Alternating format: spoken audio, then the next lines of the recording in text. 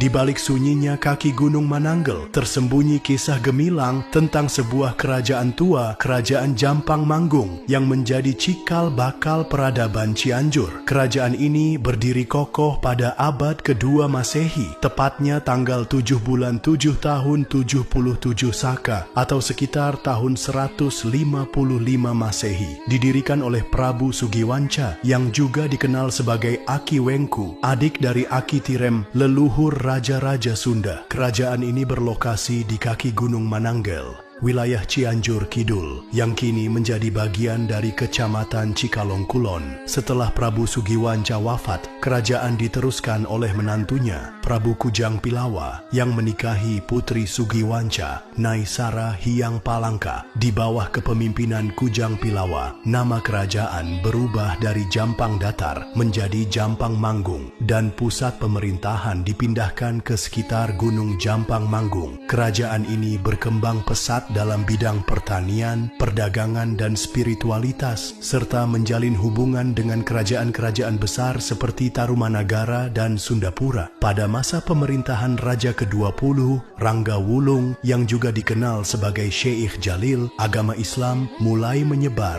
di wilayah Jampang Manggung, menjadikannya penyebar Islam pertama di Cianjur sebelum kedatangan Dalem Cikundul. Namun, seiring waktu, kerajaan ini mengalami kemunduran dan akhirnya runtuh, dengan sebagian sumber menyebutkan bahwa bencana tsunami di pesisir selatan Jawa menjadi salah satu penyebabnya. Kini, peninggalan sejarah seperti batu Sanghyang Tapak dan makam-makam kuno masih dapat ditemukan di kaki Gunung Mananggel, menjadi saksi bisu kejayaan Kerajaan Jampang Manggung.